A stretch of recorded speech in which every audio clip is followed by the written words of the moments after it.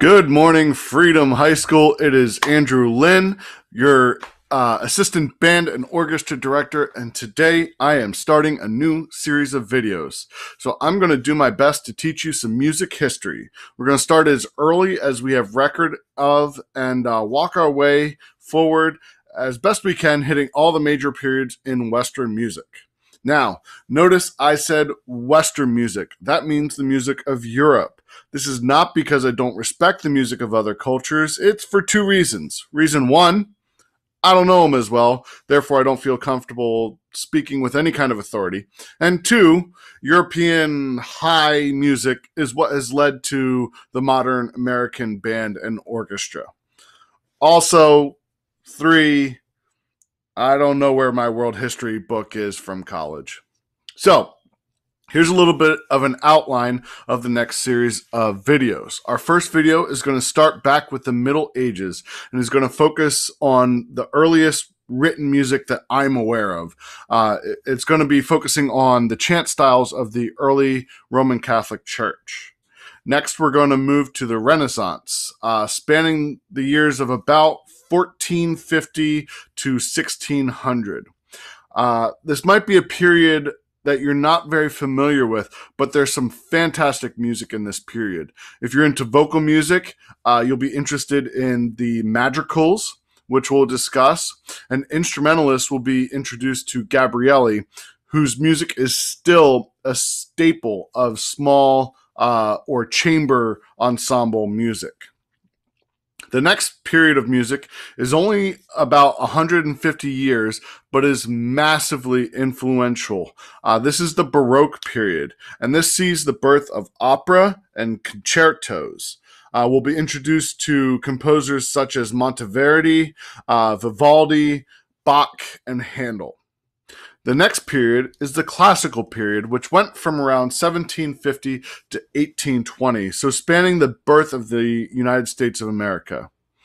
There's a lot of innovation in this period as well, and it is essentially the period that establishes the modern orchestra. We'll discuss composers such as Haydn, Mozart, and Beethoven. Obviously, this is the period that gave rise to the term classical music, which is commonly and incorrectly used to describe all band and orchestra music. The Romantic period goes from about 1820 until 1900. This is my favorite period for piano music.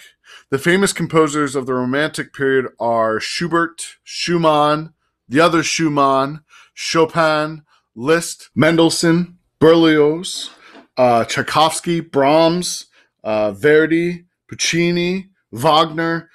It's a lot. The next period after that brings us to what we call 20th century music, and that's taking place from starting at 1900 and going through the 1950s. There's a lot that happens here, especially in the whole world. We've got Debussy, Stravinsky, and we go into experimental music with like Schoenberg, Berg, Webern, Bela Bartok, who I really like. We're also going to be introduced to some famous American composers such as Ives, Gershwin, and Copland. I'm probably going to make a standalone video for jazz, and I'll try not to get too carried away. I also want to do a video on the American or Broadway musical and a video on the evolution of marching band and marching band music. There is a lot of music history, and there are people who study music history, and there's a lot of efforts to recreate music from early periods as accurately as possible. I'll be doing my best to go over it with the best information I have available to me, but do know that research might have changed. If you're interested in art, there's a lot of interesting parallels between the histories of both. So we might do a follow-up video with someone who is more of an authority on art history. Now, do I know anybody who's an authority on art history?